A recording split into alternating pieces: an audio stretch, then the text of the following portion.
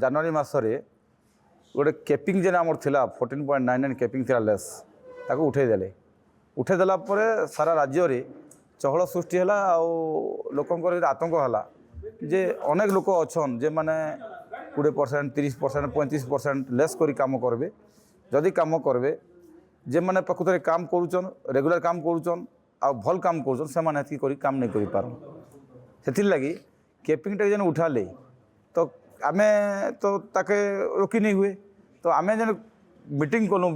ठिकादार संघर आमे स्थिर कलु आगु भी स्थिर करूँ जे प्रत्येक ठिका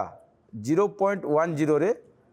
ताने लेस डाकबे अधिका डाकबे नहीं एवं भल क्वालिटी काम देवे भल काम देवे। आमर मेन उद्देश्य है आज्ञा जिनता 3 तारीख दिन जनवरी 3 तारीख दिन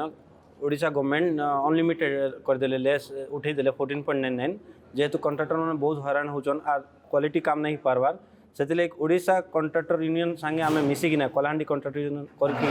सेटा के 0.10 रे टेंडर पकेबा लगी निर्धारित होइचे आउ अदर डिस्ट्रिक्ट को भी कंट्राक्टर को कलाहांडी रे आसबा लगी मना कराइचे।